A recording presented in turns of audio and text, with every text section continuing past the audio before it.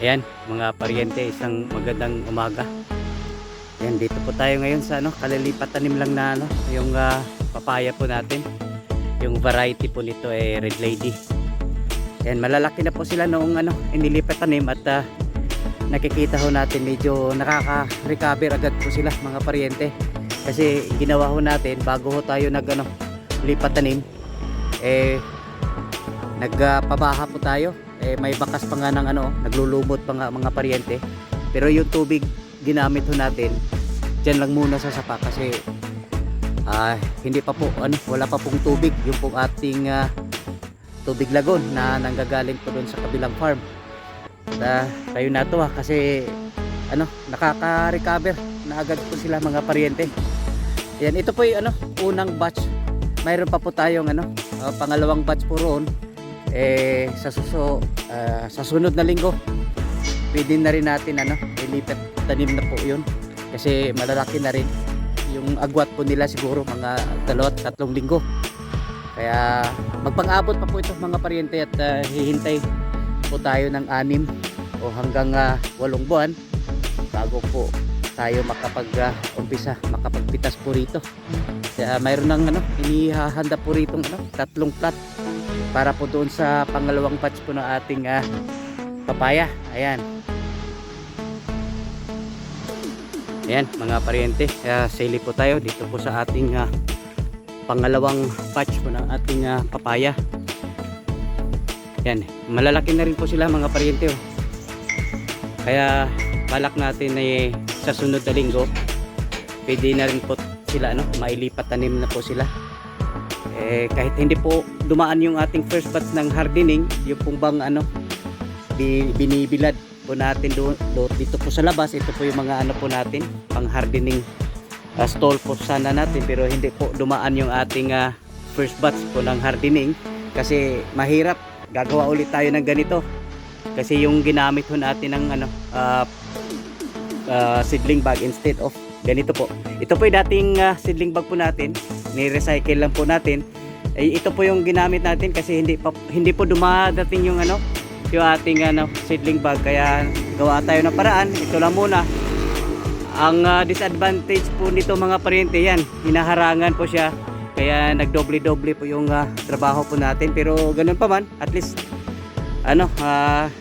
na i-transfer po natin dito po sa ating seedling bag, hindi po sila nahuli. Ayan, dapat sana ito bago mailipat tanim, dadaan po ito ng hardening para hindi po sila mai-stress. Pero tayo po natuwa kasi nanggagaling po tayo doon po sa ating area kung saan nagtanim po. Yung first batch po nito itinanim po natin wala namang sinyalis na na-stress po sila. Madali lang ho silang nakapag-recover gawa nung pabaha po tayo.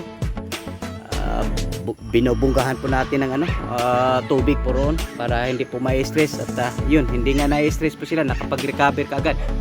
Ayan. Ayan mga paryente, itong lupa na to handang-handa na po ito.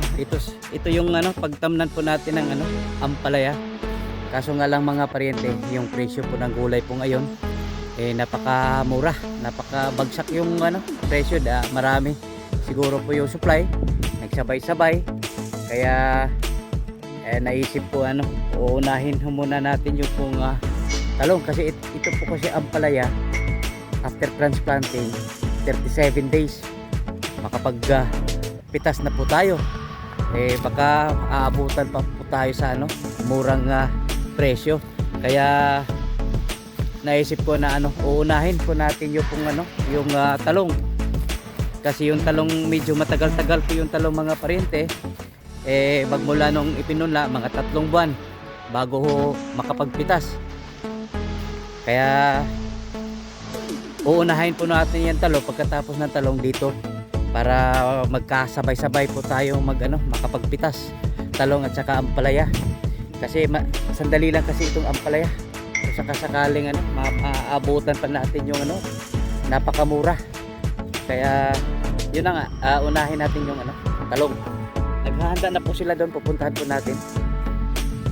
Yan mga paryente, ito na nga pala yung ating pagtamnan po na ating talong. inuuna ho natin ito kasi medyo aabot pa ng 3 buwan magmula nung ipinunla bago ho tayo makapagpitas. Napakamura ho kasi ng mga gulay po ngayon. Yung una ho natin sanang itanim yung ampalaya dun sa kabila, kaso nga lang maabutan po tayo sa murang presyo po ng gulay po ngayon. Kaya ito lang ho munang inuuna ho natin pagkatapos nito ampalaya para sabay-sabay ho tayo makapagpitas. Mga makakakuha ho tayo ng 12 tudling po rito mga paryente, hanggang doon sa may kalamansi na yan. Ito bali 3 taniman po rito itong lupa na to hanggang doon sa dragon fruit. Yan, sisingit po tayo ng talong po doon. Bali 3 taniman po ito. Balak ko kasi natin kung makakaya natin walang putol yung ating supply. Pipilitin po natin, makukuha po natin yung at kumbaga tuloy-tuloy yung supply po natin ng ating talong at saka ampalaya. Ayan. Ayan, update po tayo dito po sa ating greenhouse hydroponics nutrient film technique. Yung pong setup po natin dito sa ngayon po yung nag-umpisa na po tayo magpunla litos saka arugula. Ayan, ready na po ito mga paryente. Napakaputi ko hindi yata na umapaw daw ito, hindi nabantayan kaya napakaputi. Ayan, may tubig na po, malinaw yung tubig, malinis. Ayan, yung lang muna natin kasi kukunti lang pong itatanim muna natin ngayon sa umpisa.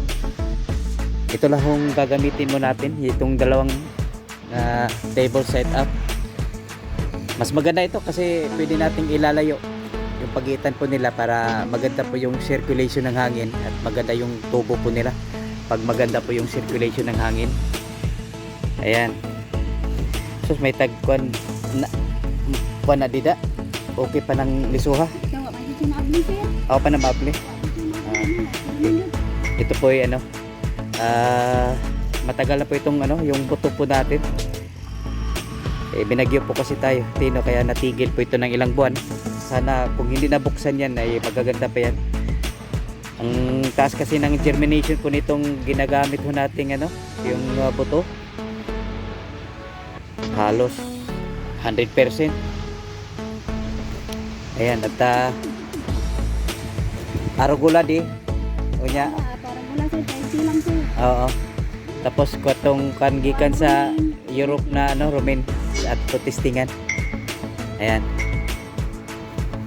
Ready na po ito mga paryente. Tuloy na.